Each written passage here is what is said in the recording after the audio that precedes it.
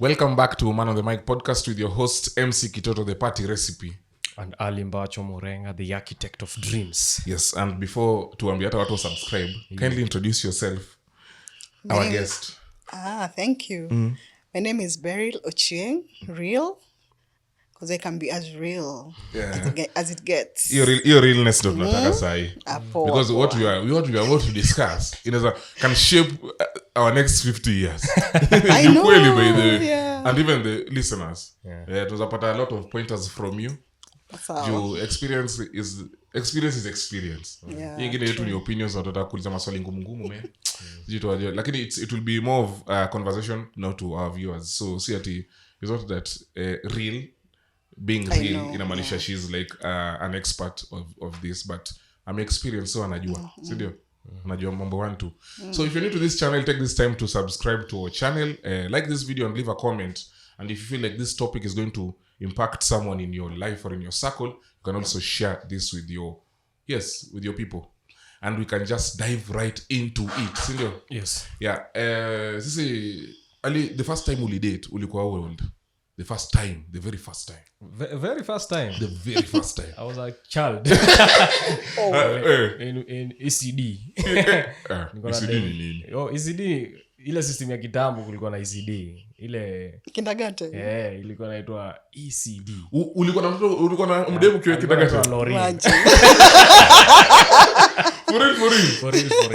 Okay. Squeeze na muonanga by the way. Unamuonanga wapi, mtandao ama nini? Nairobi huko. Lakini kwa mtandao we don't meet. Okay. Si ati usianze acha kujitetea sana. Lakini past 18 years nilidate nikiwa hiyo 18 years. Okay, 18. Yes. Okay. I think that is hapo ndo seriousness ilianza. Lakini hizo ndo zina count. Mluya nani? Hizo za kina Lorina zikaunt. Lorina first true love. Yes, and real the very first time you dated. Zile kaza za Ali. Mimi nilikuwa class 4, nilikuwa na crush. Kuna boy nilicrushia class 4 bana. Na hata hakuwa na notice. Ninakwanga hivyo. Wewe ndio ulikuwa unakujua? Nilibreakiwa hata before the relationships bana. Before the serious. Alafu the very serious one. The very first very first serious one. Maybe in college nikiwa around 19. They quite a serious one, but But at least it lasted for a while. I'm coming as a build castles in the air, like Alina and Lorraine. Sasa the thing about me, nikigrow sikuwa I think maybe nisikuwa na models happy married people so many around me yenye ilifanya nifikirie siku moja nitamarika. So mimi kwa na date tu for dating purposes, sio mostly kumarika. Okay. Yeah. Perfect. Okay. Mimi the first time nili dating hata sikumbuki. Nakumbuka nishikuwa na crush na ni kama tulikuwa very serious. Kuna sijui kama nilimdate ama nini. Kuna siku fulani kwa hizo maskuli basi za kwenda nyumbani. Tukienda kudrop you tu hivi. Huyo mdemu akaniambia Kitoto, see, let's pretend that we are husband and wife. So you're my husband and you just got home and kanikisapa kwa cheek. Manze. Hizo sana uzuri ya private schools Ukikwezi shule sijui nini pita kibukosi ya BD primary school nguvu tu. Lakini hizi manini polling stations things. Hizi tallying centers tulikuwa na hizo vitu za husband and wife. Kulikuwa na role models for us. So now okay, niko sure viewers wetu wanajua tunataka kuongelea nini, but simi nataka kuwa is into it, si ndio? Like before you first dated, before you ingize tu when you got into that first serious relationship, do you have like that one thing you wish you knew before you started dating? The one thing kama from the top of your head, this is kitu serious. Unafaa kuwa una brush meno daily huko unajua. What I wish I knew when dating sometimes haitakuwa vitu unadhania haitakuwa hivyo. I wasn't expecting it that when nilikuwa nafikiria tu itakuwa sawa, itakuwa kuenjoy, itakuwa nini. Nini ilifanya siko kuenjoy? Si mashida kutoelewana vitu mingi hapo. You in campus in for me cause I think before the more serious relationship nilikuwa na casuals sana and I wish I knew by the casual relationship azipelekangi mtu mahali in fact zinakuwaste sana. That's one thing I wish I knew. Sige date sana casually. Okay. Mi nafeel kama mi kitu niliget from take out yangu like from the very first time nilidate mdem seriously. Take out yangu ilikuwa manze hii kitu pia ukiwa young sana na unaanza kuifuata mtasumbua na tu vitu zingine zenye hakuna. Do I really feel honestly if I was to date that lady now atukekwenda manze hata tuliachiana yani hata zi make sense sai. So then it was just the wrong time. I don't think I was well exposed kuanza kudate your time. Ulikuwa how old?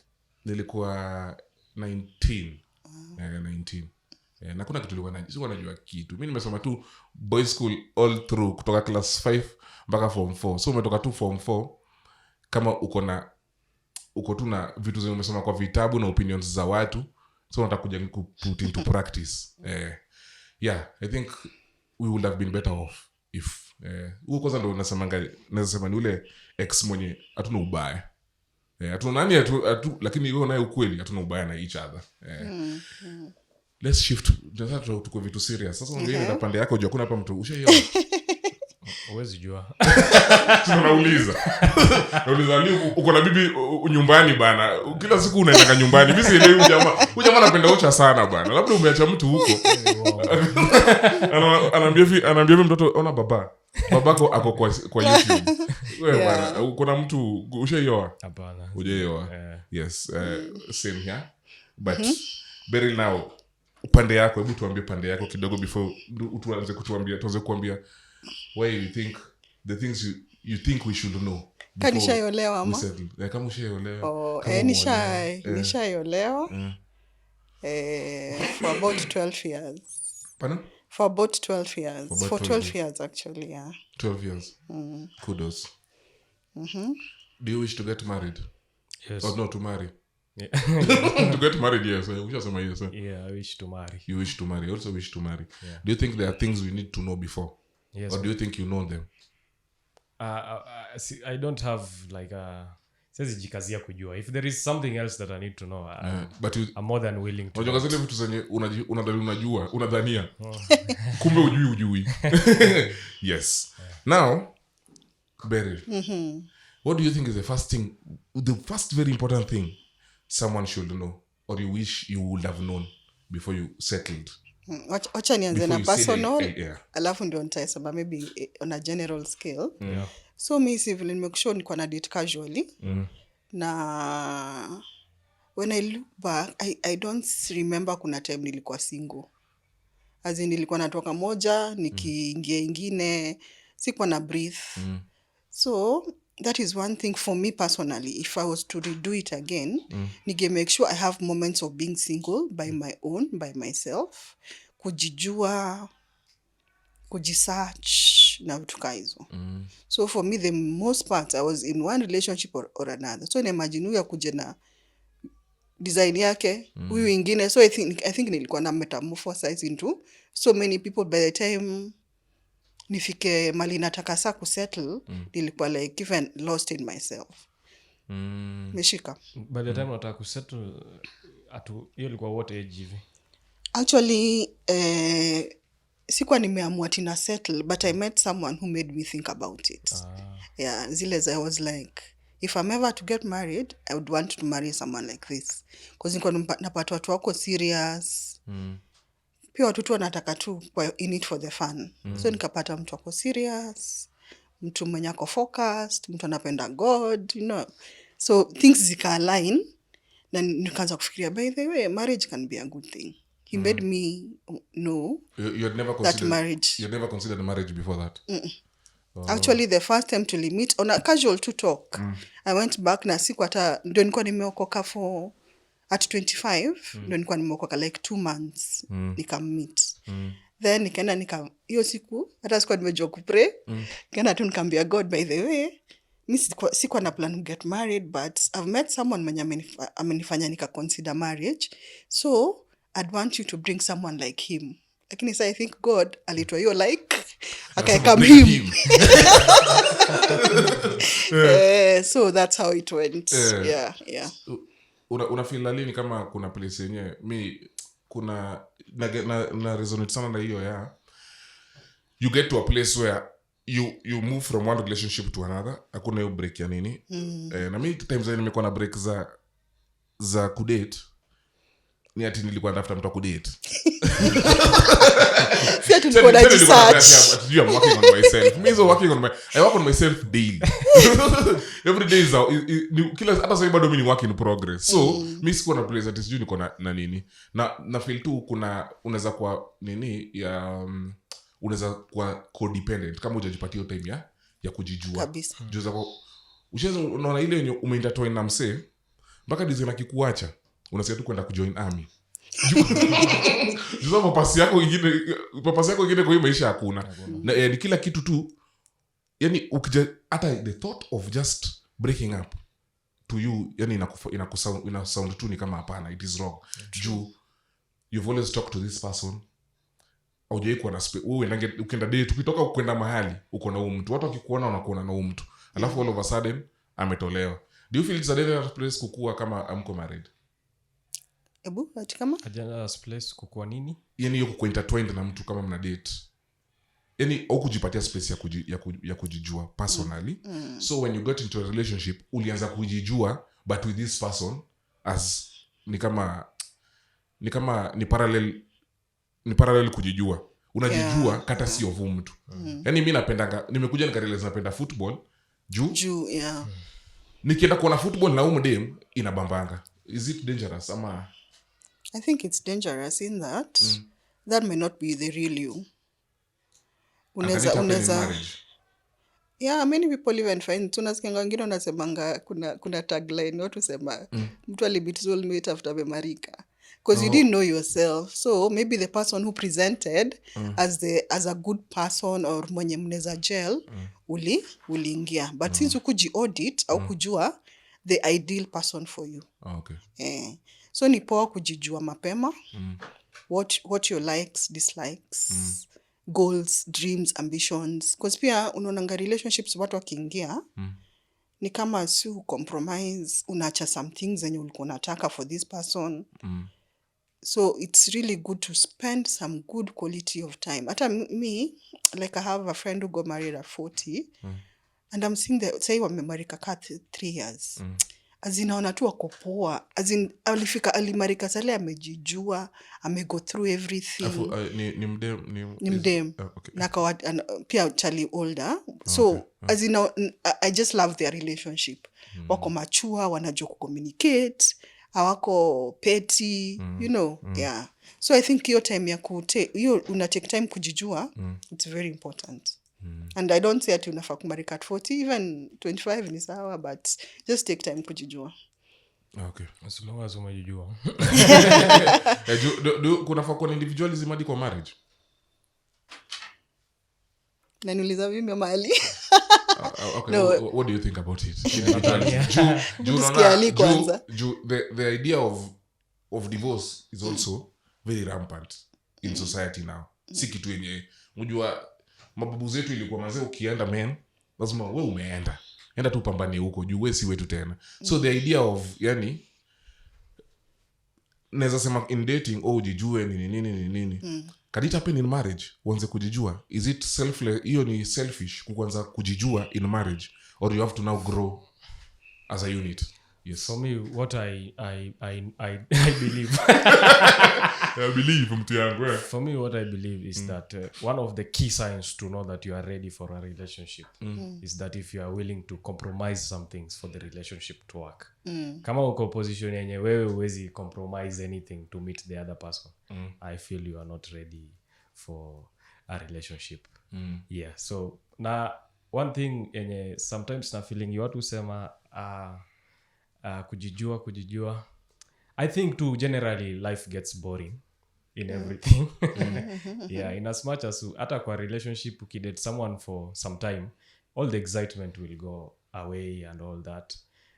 Kitu mi feel ni sometimes hiyo excitement ikiisha, I think some people wanaanza kufeel you are not meant to be mine. Mi naona tu saa zingine inakuanga tu excitement ndo imeisha. Na hata in as much as unaweza feel I'm with this person but I've met my soulmate, ni hiyo excitement tu. Pengine unaweza fika huko uone sawa imeanza kuwa na excitement but after some time unaweza rudia tu the same place. Upatana tu pia huyu mwingine na kubo. Pia mwingine excitement umetoka kwenda kwa huyu mwingine na hakuna excitement. So I think tu ni at some point pia inafaa tu tukubali constantly doing the same thing or constantly being with the same person. Sometimes it just gets to a level there is no excitement now. Just things zinaendelea tu. Kitu tunaweza work on. Mimi na feel tukitoka tu kwa hiyo nini jaribu kuwa nini kidogo. Na in as much as kuna excitement na hizo vitu zote nimeona vitu mob sana pia inasaidiwa na third parties, as in relationship yenyewe pia inaweza fika hiyo place ya plateau, but having friends, having people of the same mind inaweza nini. But I feel most people do not mtaniambia what do you think about this, but most people do not acknowledge that third parties, that everyone, kila mtu kwa nini kwa when you're planning, anyone that is not in your relationship is a third party, including children. Nimesikia kisemo mahali watu hata watoto watatoka wakuache, naona wale watu musikianga fani na wale watu umeoa mkenda honeymoon mkapata mtoto, mshaanza kulea. So after 18 years unashanga huyu nani? Mtoto akishaenda kwenda kule ama okay sasa hata kienda boarding school after amefika around ages 10 hapo aende boarding school unashanga unayangana sisi mimi nimekuanga tu mimi na mtoi. Sasa huwa alikujanga, so you focus all your energy on maybe serving your pastor or serving your parents, your grandparents. Focus all energy on serving your children, alafu you forget your spouse. Is it kunafaa kuwa na hiyo balance real? Yeah, definitely. Ata vile umesema hiyo okay, watu wako na different goals, but for me pia na prefer kama sisi we preferred to take some time before to get what tuendelee kujuana. Of course unajua kuna ile kudate mnajuana, but sasa ndani ya nyumba ndio unakuja kujua the real person. So vile unasema mtu yeye akiingia tu immediately, kwanza imagine kwanza mtu be example fulani pregnancy inaweza shoot libido yako ama ipeleke chini. So imagine umemarika tu then kwa ule inapelekanga chini, ama hata juu pia inaweza kwa zile chali bado hajakuwa custom. So na imagine hiyo inaweza dictate your whole marriage because you didn't like sex at the beginning. So by the time unazaa unarudi uko hyper, chali pia asha set opinions. So ni poa hizi third parties unaongea tukuje tujuangalie. Vile mimi nishajijua nilijua kama girl, sikujijua ka wife. As a wife I might present as a different person, maybe there's a very bitter juu ya vitu zingine. So as tukikam pamoja pia tunatake your time with the third parties aside. Hata Bible inasema live and cleave. Mnaanza kujel, mnaanza kujua temperament, mnajua conflict resolution, types of kila mtu kuna confronter, kuna mwenye anataka ku withdraw, vitu kama hizo. Na vile hata Ali alisema compromise ni poa, but what are you compromising on? Kuna values zenye there are things that kuna nitonga irreducible minimums. Kuna vitu unaweza compromise, kuna vitu huwezi compromise. Kama your faith, you can't compromise vitu kama hizo. Unaona? So pia unafaa kuangalia kuna vitu unaweza set back. Alafu unajua most time watu compromise, alafu after some time wanaanza kuresentiana. Juu nili compromise my dreams for you. Sasa wewe umegrow, mimi niko hapa naanza kukuresent. Unashika? Yeah, so you have to be very careful even what you're compromising on. Makes sense. Is cohabiting a solution?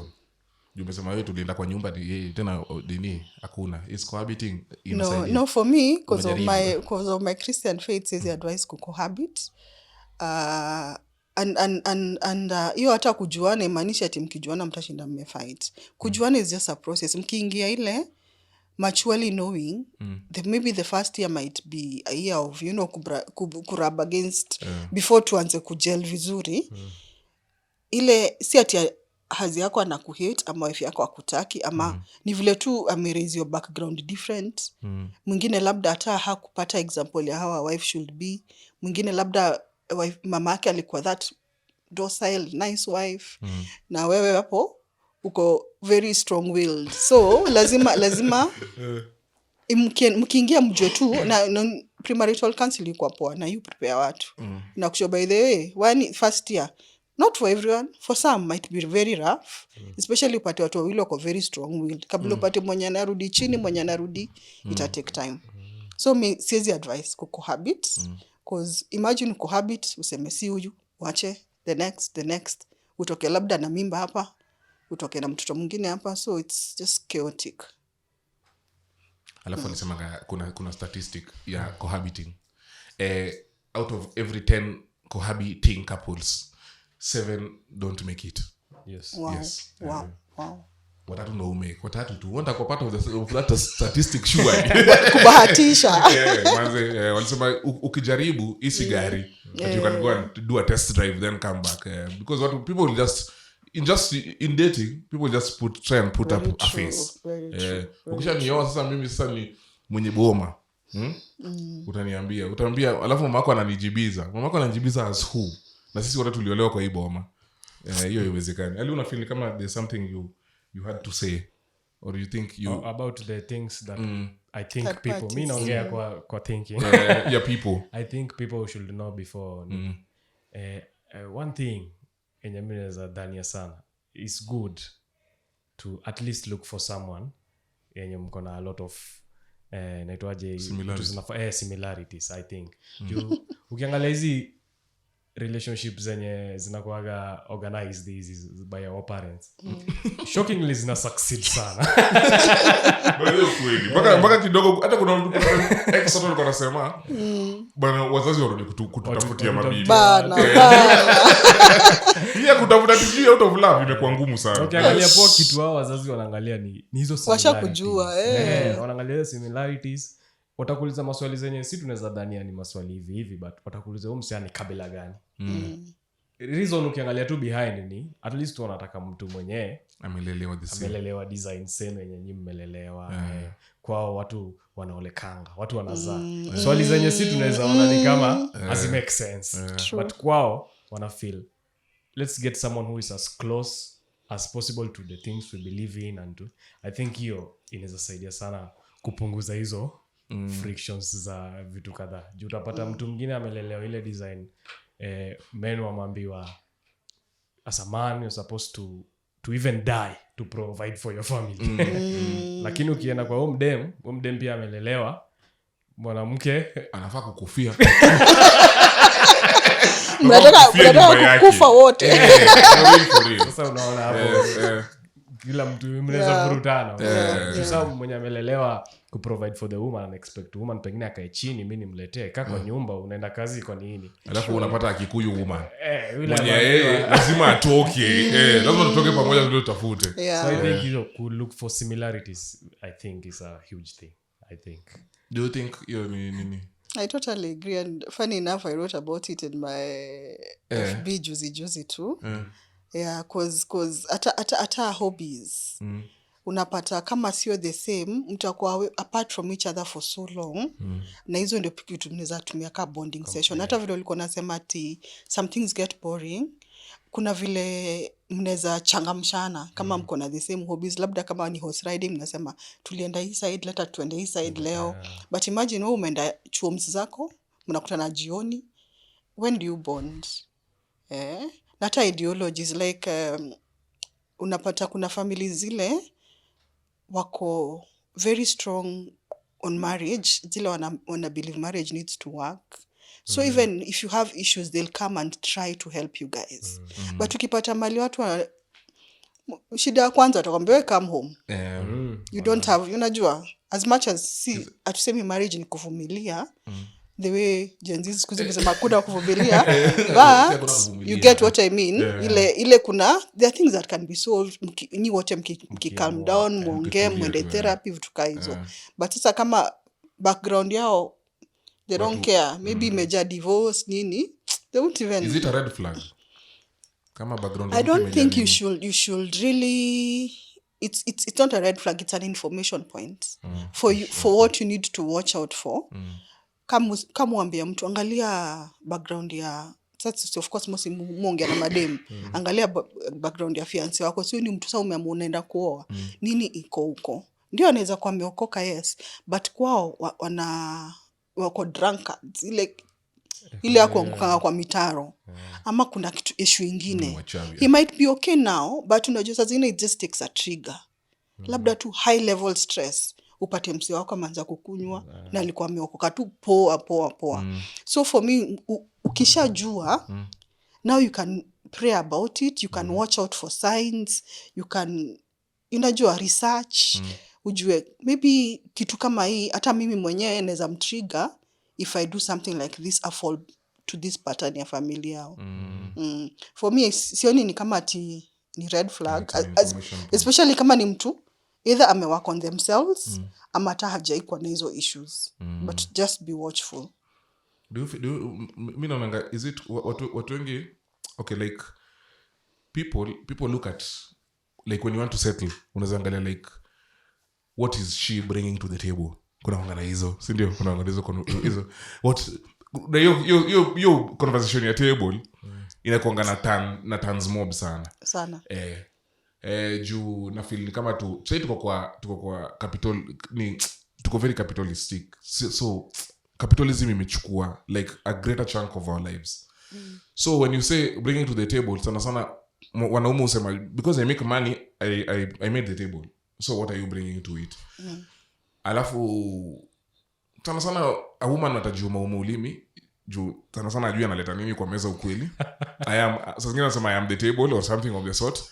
Alafu ukifika place, do you feel like hiyo mimi naona hiyo conversation ni kinda selfish juu naona if we say what are you bringing to the table, na feel too biologically how we are, okay, tuko place yenye kila mtu anaweza amua tu, kesho unaamua wewe ni mwanaume, lakini biologically we have already been fashioned to bring something by God.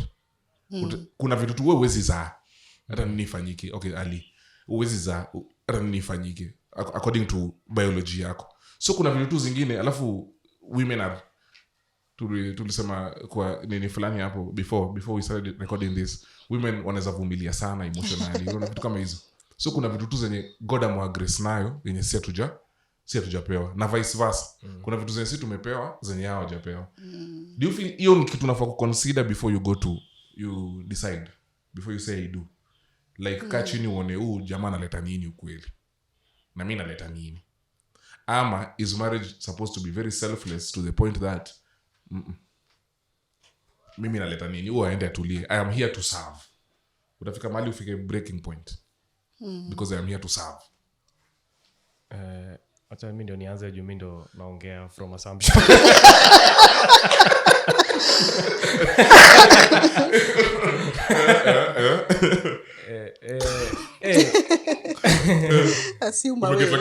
Nimegetia swali. Hii historia mimi na believe ati what do you bring to the table, sana tu inatokeanga after one person amanza kufeel I am doing more than you. Most likely I think like that. Juu dem mwenye unamkatia time unamkatia ulikuwa unaona ana kitu yoyote tu kweli, so you are seeing something for you. Urembo. Ukafika hivi ukaona kuna content. Sile urembo bado iko.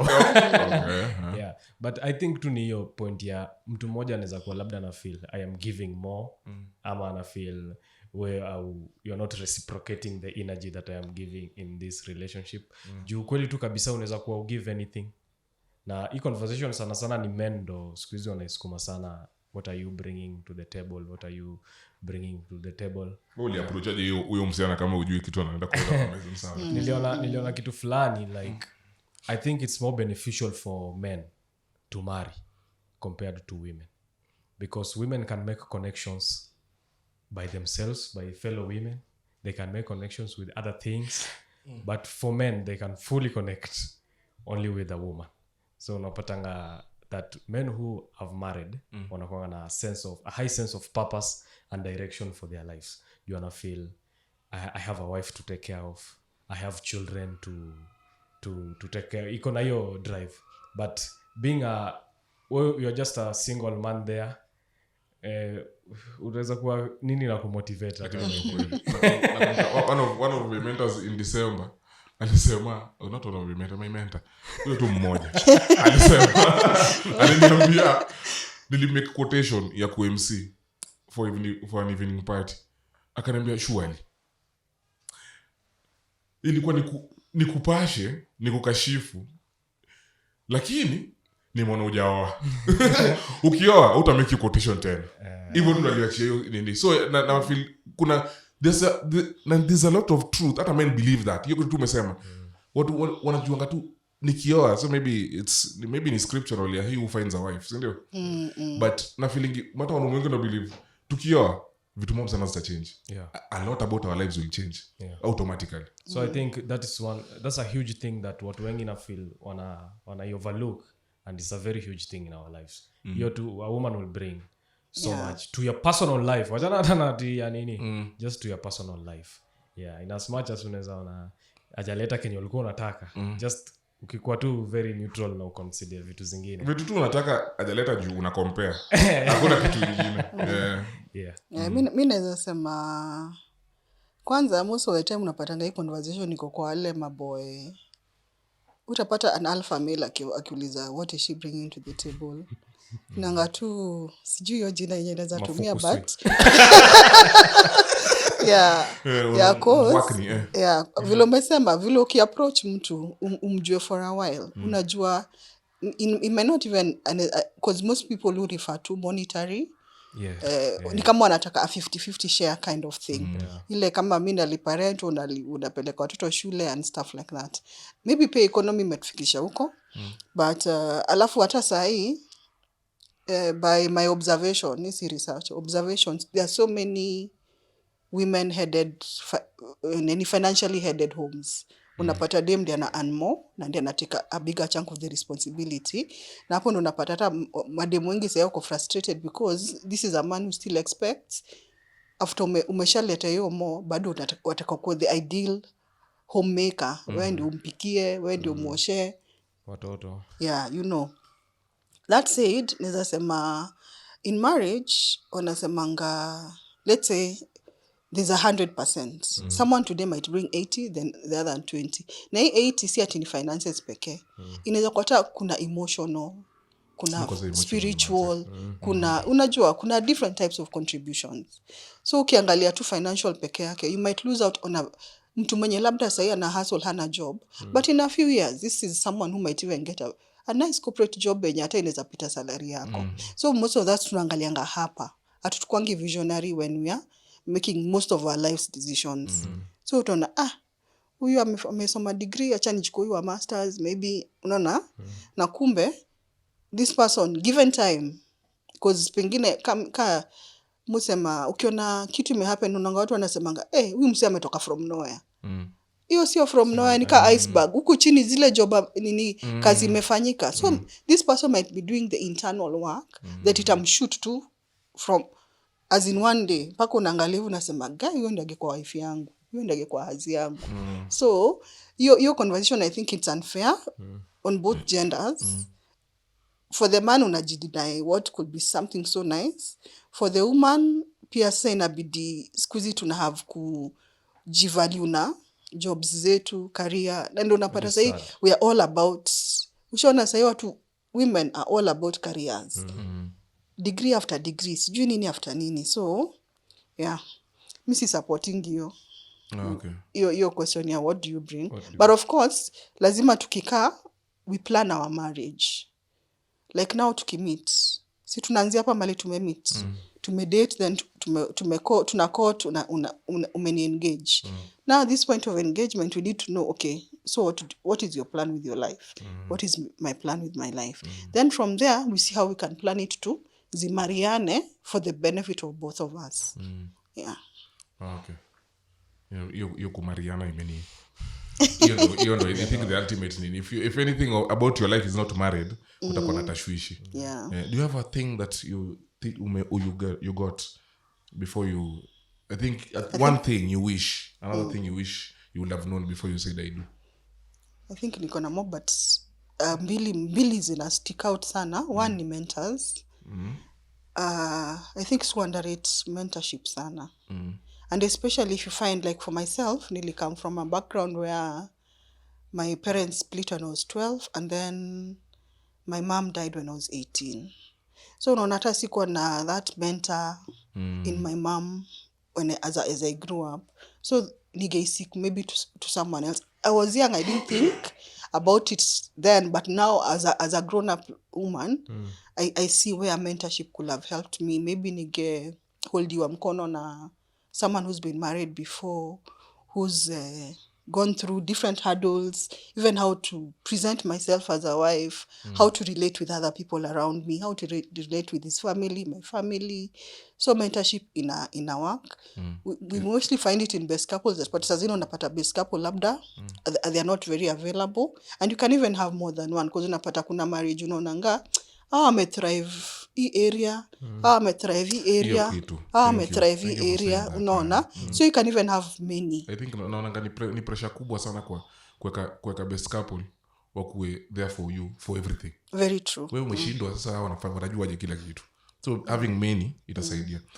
Hiyo mentorship ni before or after you said I do? Like as in at the engagement point tunafaa already as a couple tunakaa tunaanza kuangalia the people around us, like we could start even engaging them before.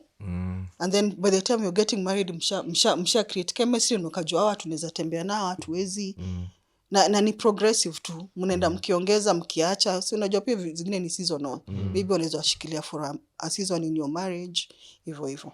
And the second thing ni for me, therapy wasn't a thing then, in the year 2005, 2006. Actually, hizo siku kwanza ugogea therapy ugeka mgoroki. Right now, therapy kwa Mathare Hospital peke yake. Yeah, right now we have an advantage of therapy.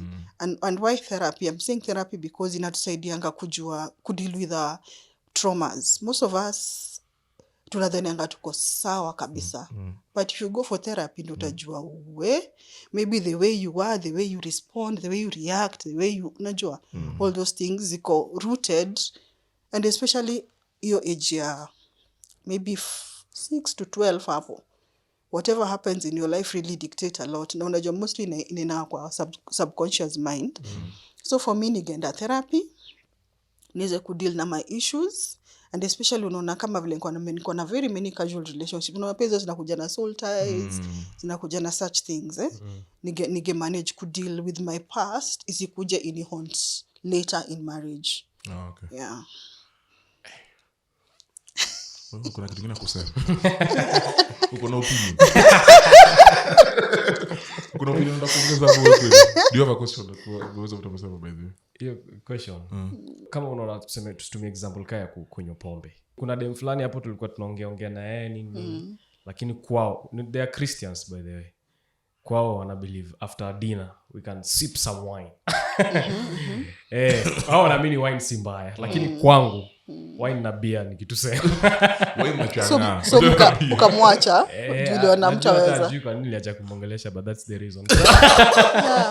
So like kuna vitu zenye tusemeka nini, unapatanga most people are in that place where this man has ticked a lot of things except this one. Na hiyo kitu ni something that is a very thin line. Maybe he's good in everything, but he's from Catholic Church na we ni Protestant. Ama ametoka hizo tu unaelewa, like some nini differences kama hizo. How do you handle it? And for me musema even on the wedding day, if you realize how utaweza your marriage, as in just wacha I know, but imagine hiyo uende alafu after 3 years ama immediately tuanze tu it's like you're failing yourself, your real self. Kama vile umesema kama wewe hauwezi tolerate hiyo kukunywa wine, kuna mwenye anaweza na kwake itakuwa nini a deal breaker. So musema anything, it might be petty, but kwako unajua ni kama thao kwangu might be a lot of money, na kwa mwingine actually hiyo ni kama hata ni yupatia choko chao. So unaona hatuwezi quantify ati hii ni kubwa kwako, hii ni kubwa kwangu, ama hii ni kubwa generally. Kila mtu ako na kubwa yake na ndogo kubwa yake. So and that's why mumu sema to respect watu wakimake decisions zao. Sometimes inaweza kwa rush, sometimes tunaona ingekuwa mimi haikuwa wewe, relax. you know so yeah, whatever reason it is. Kama nilikuwa nataka kusema nini, kama hata conflict resolution skills. Nishai kwa meeting ya Ernest Wamboe. He was talking about personality na conflict resolutions. Vile a choleric na maybe a sanguine, as in the major traits, vile wana sort issues. Sa zingine wakamariana, it can be such a disaster. Because alafu kwa wale hawataki kulan ni kulan who solve conflict hivi. Labda kawe ni ule uni time, ni kupatie time. Maybe mimi niko zile za no. Unaona mtu inaweza hata inaweza get physical because unaniforce kufanya kitu yenye. So such things ndio pia unafaa kuangalia, ni kama tutawezana kweli. Imagine kama mimi nakumbuka kuna chali alinipeleka lunch kama Kisii. Mimi niko na bado mpenda keki sana. So mimi ni lunch time lakini mimi naitisha Black Forest. Siku hizi makeki hizi poa zimekuja siku hizi. Hiyo time Black Forest naitisha Black Forest na juice. He's like, no, you can't have that for lunch. I'm like, I am having that for lunch. No. Waiter amekuja tuna argue. I was like, I am having it. Of course eventually niliwin, but nilitoka hapo na nikadelete namba yake, block. Juu nilijua huyu hatutawezana. Mapema. So unaona hizi ndio zile unasema mtu ignore na imagine maybe hizi zingine ana tick, but that is a major thing for me. Unaona sasa ukishaingia kwa marriage na kuna kitu kama hiyo uli ignore, lazima upambane, si ndio? Ama after some time utoke, alafu na imagine umetoka mko na toi, kwa parenting ikuje kuetane kwa stress, as in yani there's a story ya a lady kwa walikuwa wamezoea kama chakula si tamu unaongeza avocado. Alafu akaolewa na chali mwenyewe kwao wanakulanga na chakula na avocado. Unaona? Uchali kwa marriage sasa kwa nyumba chali anaitisha avocado. Dema nadhani ya food sitamu. Kwani food yangu sitamu mbili? Ikakuwa sasa kuna confrontation. Sasa wewe mbona chakula zangu hazikuwa tamu? Nami ningesema hiyo, mbona chakula zangu hazikuwa tamu kwako? Will I never ever be enough for you? Ndio tumeanza. Chakula yako sitamu aje yake. Chakula yako naanga mimi hata sijui kula chakula tamu kama mbona kila siku naongeza avocado we? Hiyo kitu ndogo hivyo. And that's even why where communication comes in. So in your experiences, like what does that feel? Unajua kuna hii script cha Paul wa advice watu, if you can stay single, you will fall into many problems if you get married. What do you have to say about that? What I feel like, is it still worth it for someone to get married? If you can stay single, just stay single. Bina acha niongee pangu then niongee general. Personally, me I think okay, kuna hiyo vile nilikuwa nasema kuna time unaweza kuwa single for a while for a purpose. But personally mimi ni ule najua I'd want to be in a marriage. And not even just for probably kuna watu wanaingia kama Wakristo wengi wanaingia for sex because these are the things wanapata. Not just actually for me it's hiyo iko hapo katikati. Companionship and such. Unajua like now I'm divorced, kuna time you travel, unafika mali huko hakuna mtu mmoja ulifika. But unajua kwa na bwana hata Nakuru ushamwambia niko sijui wapi, sijui Salga, sijui as in by the time unafika Siaya mpatia like 10 updates. Una feel to there's someone there for you. Yours totally. So for me feel for myself. Yeah. But for others, come on as a hack for your own reasons, I don't know, but I'm yet to find someone mwenye ana plan kukua single. Wengi unapata maybe after divorce, maybe because of the pain and hurt, mtu hayuko ready to go back, but for some it takes less time, for others it stretches, but even for those people who are mwenye bado wako bitter, unasikia akisema by the way, but later nikisha deal sizi mind kumarika tena. So yeah, Paul, I think it was special, na kama mtu anaweza iweza, all the best. Iweze peke yake. Apambana na kuna kitu fulani. I feel this is a very touchy question, but I want to ask you. Kuna vitu mbili. After hii lazima tufanye video ya nini. Tujaribu tupatane na Beryl tena Ali, if you allow. Atuambie how to overcome heartbreaks manze na mambo ya divorce. Oi. Do you feel kuna the one thing that you think you should have known before you said you do that would have saved your marriage? One thing. Yes. You know, you say save marriage. I think for me, ni kujua personality. I am a flag. Flags, we get over things so easily. As in, a house could be burning. Sisi tumeacha ma certificates huko, but aita tupatia sleepless nights, you know. So nili realize whenever we'd have conflicts, I'd get over them so quickly. Kumbe alikuwa amebaki hapo bado ana process. So with time, this is my own analysis. Vile unasema kila mtu akona story yake, mimi naongea yangu. So after some time nika realize guy ni kama mimi nilishafikanga Mombasa na niliacha mtu Nairobi. We were not on the same page, we were not on the same book even. Unaona? So for me ingekuwa ile kama tungekuwa na issues, first kuzihandle the quickest way possible. Kuna kitu Bishop JB keeps saying, he's saying sometimes people come to him, kitu may happen like 6 years. Anauliza, where were you for those 6 years?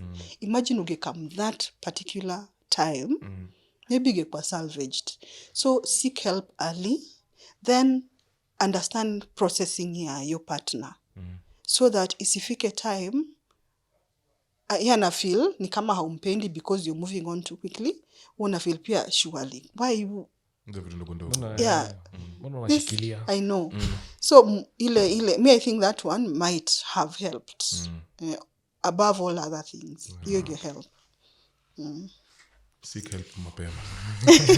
I think with that having been said, bana, do you have any bona swali? Moja tu. Ni kama inaweza kukua kwa touch. Au sema like women, they can connect with fellow women with other things. That's why women really move so fast past things that have happened.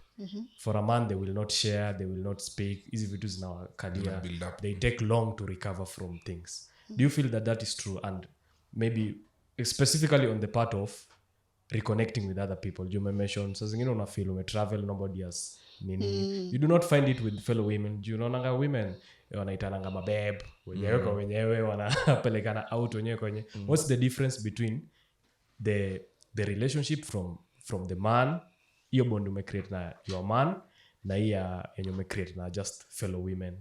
And unajua like yeah man kama niko entitled cause you're mine, you know.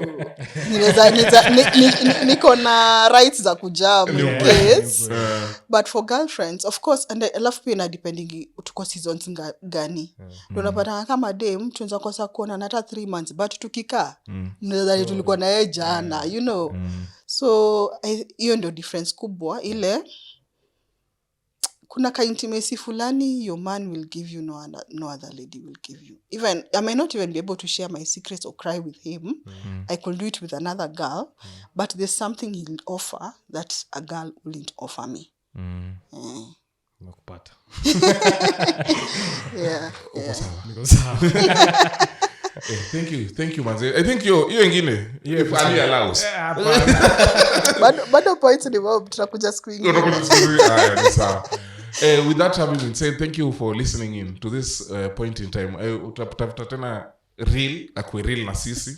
We've enjoyed your company. Thank you. Can't wait for more and more. Make this your podcast. Thank you for your time. Thank you for your time. Asante sana. Thank you for with that having me. been said, until the next time, I hope you've subscribed, you've left a comment, and unafeel kama hiki tunasaidia mtu before kama mtu anaelekea nini inaweza kuwa kama premarital podcast. Mwambie asikize hiki tu bana, ajue vitu moja mbili. Kwa hayo machache ama mengi machache. Enjoy your week. Have a blessed Monday of one. Toodles.